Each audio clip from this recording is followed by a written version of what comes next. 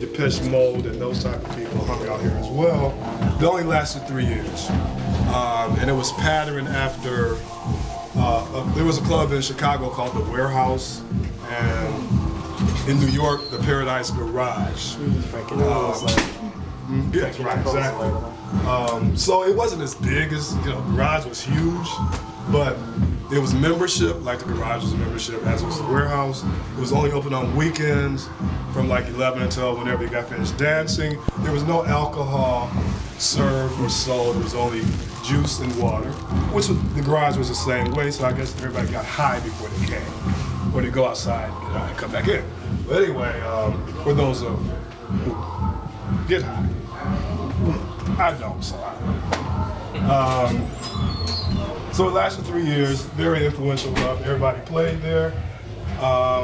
We had here DJs who played on the radio who had mix shows when techno was created and also after. And of course, everybody knows about Jeff Mills, who's because he was known here as the Wizard. Very, very, very, very popular DJ here, and he still is to this day because he's like God, to people in Detroit. And he is, he's a very, the way I feel that Jeff Mills is like way up here, and everybody else is down. He's up in space, and he does some really, really creative. Are we gonna see? Just moving? out of this world stuff. I'm in awe of him. So he was on WJLB. And it's like a very, very, very popular show. Of course, he didn't talk because he was a mix show DJ. And mix show DJs did not talk, just play music. So no, he wasn't on when Mojo was. But Mojo was very popular too. And then you have Ken Collier, who there was a club here called Heaven, a gay club that was really, really, really popular. And Ken also was playing early Detroit techno. And I'm sure most of the crowd didn't even know it was techno, but it was just good music. So they danced, because you danced to anything that you played as long as it was good. And he was just an excellent programmer. And it was just, I think, one of the best clubs ever in Detroit. Everybody would go there to hear him play. Now, because it was a gay club, a lot of them who were straight didn't go to the dance floor. They would stay in back of the club because they kind of felt that, well, if I give me, I'm out there, somebody might think I'm gay. Of course, attitudes were a little different back in the 80s and stuff like that, and things have changed. But everybody was influenced by Ken Collier. Derek May said, we need to get you over to Europe so people can experience what you do. So he went to Trésor, he played Mayday, and he also played Love Parade, and killed it. Promoters like, we want you here, want you there, want you here. He said, I don't want to come back. No, he said, I don't want to come back. I'm going back to Detroit. I want to play for my people who are gay people. So he could have been, well, he was heavy influential, but on an international basis, he could have been a very, very, well-known DJ, but that was his choice. Respected, so that's what he loved doing. So that's what he did. So he was to Detroit what Frankie Knuckles was to Chicago, and Larry Levan was to New York. So we all, he passed away. He was diabetic and didn't know it. And one day, he had a gig, he didn't show up, and that was unlike him not to show up. He went to his apartment, and he was on the floor, unconscious, went to a diabetic coma, and died. So, but he had no idea he was diabetic. So he's missed. And this is moi. I had dreadlocks. I just cut them off 5 months ago. And this is actually movement with Kevin Saunderson. We did it 2000.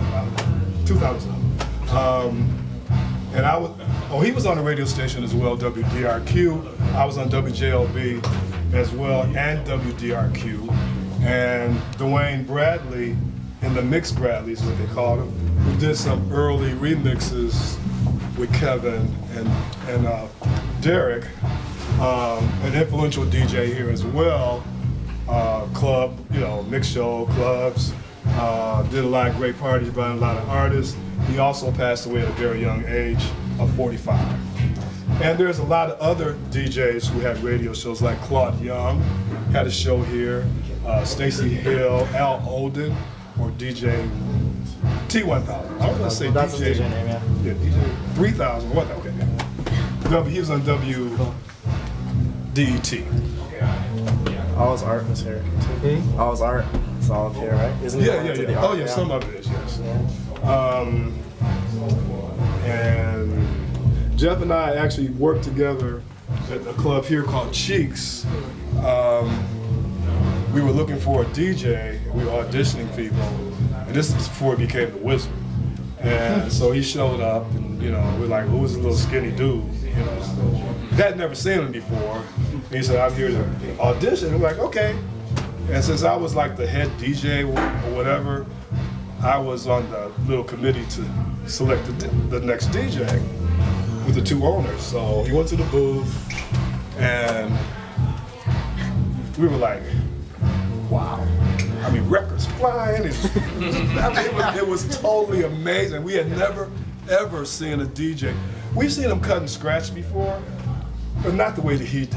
It was just totally something new. Of course, he was hired on spots. We became very, very good friends, and we still are to this day. He was just here last week, but he's not in Detroit for Movement this year because he's working at the Louvre in Paris. He's a resident. Yes, It's resident. crazy. Isn't that It's amazing? amazing. It's a good excuse. So that's this. Any questions? Nope. Okay. This is the Underground Resistance Showcase, and as I said, it was founded by Jeff Mills and Mike Banks, and it was formed in Mike Banks' mother's basement. That's where it all started. Just the two of them, and later on, Rob Hood was hired in as like the first DJ. So a lot of people think that he's also a founder, but he's not. He was there right at the beginning.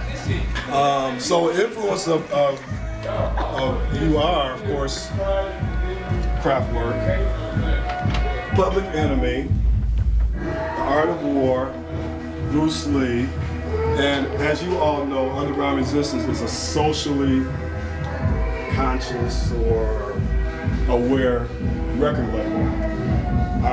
Most of our releases have a message, and it could be on anything that's going on in the world.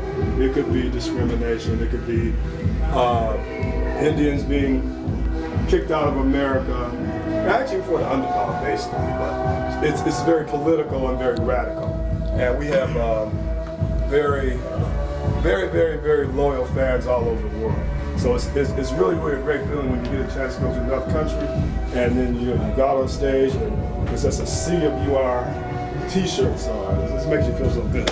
But so Mike, and the way that Mike and Jeff got together, Mike, of course, as I told you, was a session musician touring with Parliament Funkadelic, and he became disillusioned with major labels and the way they treated people. Jeff Mills was on the radio and became disillusioned because they were trying to put constraints on the way that he played his music. They wanted him to conform a little more